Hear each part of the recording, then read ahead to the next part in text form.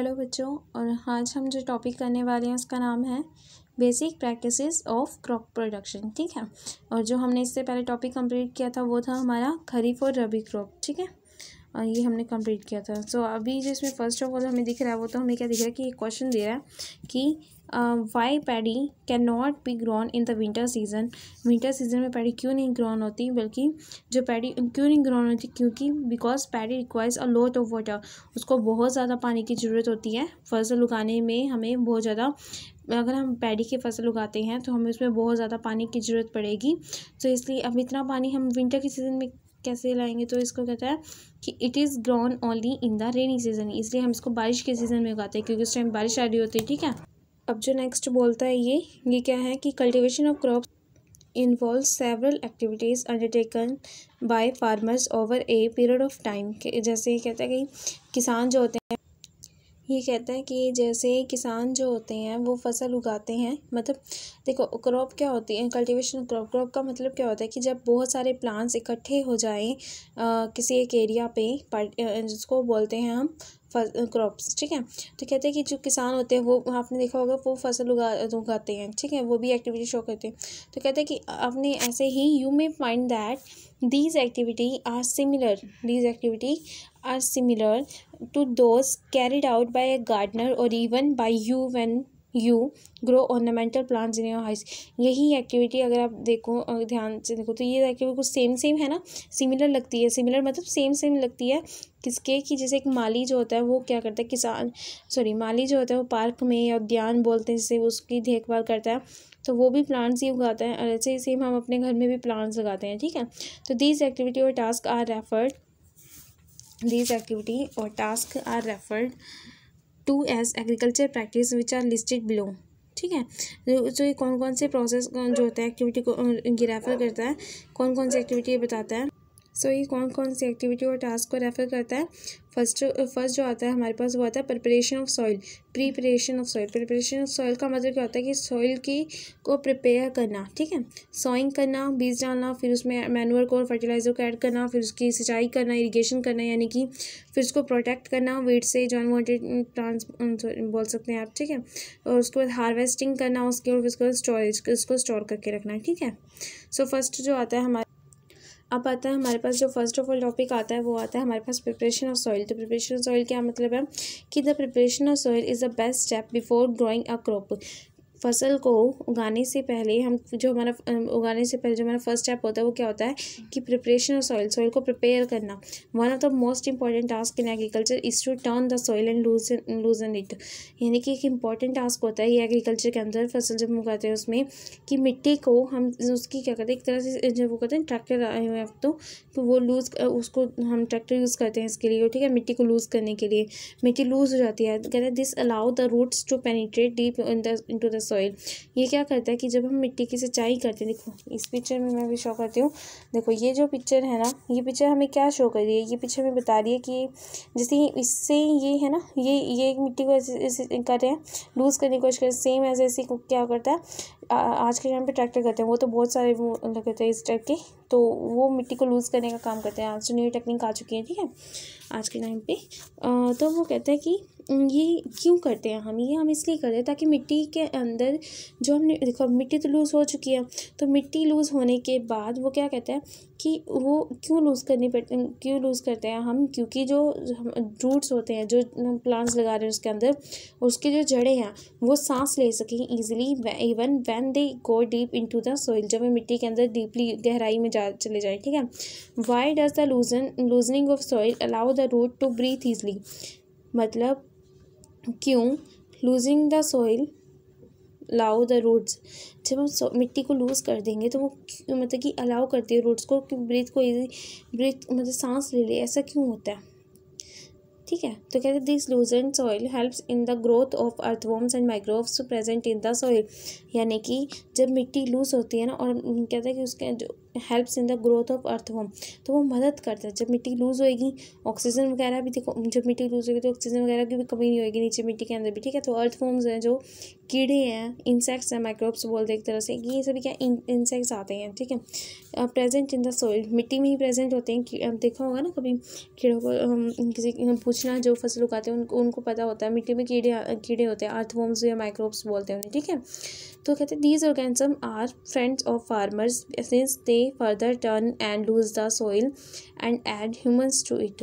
अब ये क्या हम काम करेंगे कि ऑर्गेनिजम्स जो होते हैं ना, ये वाले इंसेक्ट्स जो होते हैं और अर्थवर्म और माइक्रोब्स, ये ऑर्गेनिजम्स बोलते हैं। तो कहते हैं ये फ्रेंड होते हैं, क्या ये मतलब कि दोस्त होते हैं किसान के, since they further turn and loose the soil, ये लूज जब सॉइल को लूज़ कर दिया जाता है तो ये ह्यूमस को ऐड कर देते हैं, ठीक है। But why the soil needs to be turn, but हम मिट्टी को टर्न ही क्यों करते हैं, वाई एंड लूज, हम लूज़ ही क्यों करते हैं ऐसे। अब वही क्वेश्चन हमारे पास आ गया दोबारा से, थोड़ा सा क्वेश्चन घुमा के बोला है बट वही है सेम, ठीक है। इतना डिफरेंस नहीं है। तो you have learn in previous classes that soil contains minerals, water, air and some living organism. हमें ये चीज़ तो क्लियरली पता है क्या, कि जो मिट्टी होती है उसके अंदर, हमने लास्ट क्लास में पढ़ा था कि जो प्रीवियस क्लासेस थी उसमें पढ़ा हुआ होगा आपने, कि जो सॉइल होती है वो कंटेन करती है, क्या कंटेन करती है, कि मिनरल्स को कंटेन करती है। मिनरल्स जो कहते हैं खनिज पदार्थ बोल दीजिए एक तरह से, ठीक है। पानी कंटेन करती है, पानी तो होता है ना मिट्टी के अंदर, हवा भी होगी, और कुछ लिविंग ऑर्गेनिज्म जैसे मैंने बताया कि इंसेक्ट्स होते हैं, ठीक है। तो in addition dead plants and animals gets decomposed by soil organisms. तो क्या होगा, इसके साथ साथ क्या होता है कि डेड प्लांट्स, जो प्लांट्स डेड हो जाते हैं यानी कि ख़त्म हो जाते हैं या जिसमें जान नहीं होती, ख़राब हो जाते हैं, एंड एनिमल्स, और कुछ जैसे हम एनिमल्स बोले तो वो डिकम्पोज होते हैं, डिकम्पोज यानी कि गल जाते हैं एक तरह से, बाय सॉइल ऑर्गेनिज्म जो मिट्टी के अंदर जो इंसेक्ट्स हैं, इंसेक्ट्स कौन से हैं, ऑर्गेनिज्म से बोले ना हमने कि जो अर्थवर्म है, माइक्रोब्स हैं, इंसेक्ट्स हैं, ये सभी, तो ये क्या करेंगे उसे क्या करेंगी कि जो मिट्टी होगी ना, मतलब मिट्टी सॉरी जो प्लांट्स होंगे, एनिमल्स होंगे जो ख़राब हो चुके हैं, उनको तोड़ना शुरू कर देंगे, गलाना शुरू कर देंगे। तो in this way various nutrient in the dead organism are released back to the soil.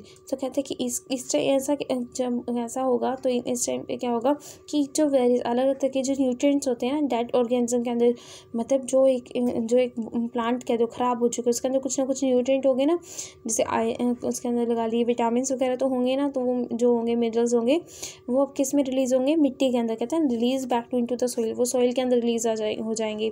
किसके कारण, देखो these nutrients are again absorb by plants, और यही न्यूट्रिएंट्स को बाद में क्या होगा, दोबारा फिर इसको अब्जॉर्ब कर लिया जाएगा प्लांट्स के द्वारा।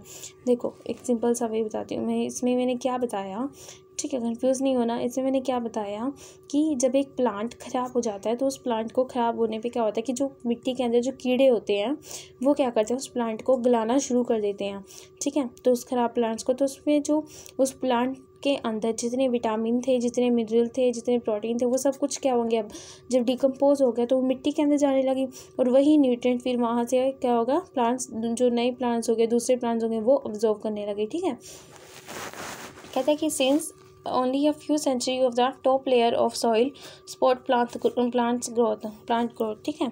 तो since only a few centimeter, sorry मैंने गलत बोल दिया, since only a few centimeter of the top layer, कुछ सेंटीमीटर ही जो टॉप लेयर होती है ना मिट्टी की, वो सपोर्ट करती है प्लांट ग्रोथ को, टर्निंग को, ये losing the soil brings the nutrient rich soil to the top, and so that plants can use these nutrient. Plants क्यों यूज़ करते हैं, क्वेश्चन आ जाएगा कि बताओ प्लांट्स क्यों यूज़ करते हैं न्यूट्रिएंट्स को, क्योंकि जो मिट्टी होती है ना, मिट्टी की जो टॉप लेयर होती है, ठीक है, वो प्लांट्स की ग्रोथ करवाने में सपोर्ट करती है। कि प्लांट्स की ग्रोथ करवाने में कौन सपोर्ट करता है, मिट्टी की जो ऊपरी लेयर होती है, ठीक है। तो टर्निंग और लूजिंग द सॉइल ब्रिंग, जब वो टर्न करेंगे, हम लूज़ करेंगे सॉइल को, ठीक है, तो क्या होगा, न्यूट्रिएंट जो होंगे ना मिट्टी के अंदर जो भरे पड़े होंगे, वो न्यूट्रिएंट क्या होंगे, वो प्लांट्स के अंदर जाएंगे, कैसे, वो ब्रीथिंग के थ्रू जाएंगे, रेस्पिरेशन, ठीक है। तो कहते हैं दस turning and losing of soil is very important for cultivation of crops. इसे टर्न करना या लूज़ करना बहुत इंपॉर्टेंट होता है। अगर आप मिट्टी को टर्न नहीं करते, जैसे मान लीजिए फसल उगा के उसके ऊपर ही सेकंड फसल उगा दी, तो उसमें क्या होगा, जो मिट्टी थी, मिट्टी को आपने टर्न नहीं किया, आपने मिट्टी को जैसे ट्रैक्टर वगैरह से खाते हैं जोतते हैं, आपने जोता नहीं, तो उस मिट्टी में जो न्यूट्रिएंट होंगे तो उसकी कमी पड़ जाएगी थोड़ी सी, ठीक है। कहते हैं the process of loosening and turning of soil is called. अब जो प्रोसेस होता है ये क्या कि हम मिट्टी लूज़ करने का काम कर, जोतने के बाद क्या होता है कि मिट्टी लूज़ हो जाती है, मिट्टी लूज़ हो जाएगी, मिट्टी को जब हम टर्न करेंगे तो लूज़ हो जाएगी वो, तो इसको बोलते हैं टीलिंग या प्लोइंग। ठीक है, this is done by a plough, ये प्लो से डन होता है। Plough are made of wooden और आयरन, ये एक लकड़ी से या फिर लोहे से बना होता है। If the soil is very dry, अगर सॉइल बहुत ज़्यादा ड्राई है तो it may need watering before ploughing, तो इसको पानी की ज़रूरत पड़ती है, नीड यानी ज़रूरत होती है। The ploughing field may have big clumps of soil called crumbs, जो इसको क्रम्स बोला जाता है। क्रम्स क्या बोला जाता है, इन्हें ये जो होते हैं ना, ये इस टाइप को बोल जाएगा क्रम्स। तो कहते हैं it is necessary levelling of the field is beneficial for sowing as well as irrigation, जो फील्ड जो खेत होता है ना उसकी लेवलिंग कर जाती है, लेवल बना दिए जाते हैं उनके। ठीक है, तो ये हेल्पफुल होती है क्या कि हमने सोइंग करी तो उसके साथ पानी का मतलब पानी का लेवल देखो, अगर हमने लेवल नहीं किया तो क्या होगा वो बताती हूँ कि लेवल नहीं किया, क्वेश्चन आ जाए आपके पास की लेवलिंग क्यों जरूरत है, तो वैसे नहीं आता तो मैं बता दूँ। अब हमने क्या करें, हमने खेत लिया उसमें हमने लेवलिंग नहीं की और दूसरा खेत लिया उसमें लेवलिंग किया, तो जिस खेत में हमने लेवल नहीं बनाया उसमें क्या होगा कि हमने पानी तो दे दिया उसके अंदर भी, तो और सेकंड वाले खेत के अंदर भी दे दिया, पर जो हमने लेवल बनाया था सेकंड वाले खेत में हमने उतना ही दिया जितना हमने लेवल बनाया, और फर्स्ट वाले खेत में हमने मतलब लेवल नहीं बनाया तो हमने पानी देते गए।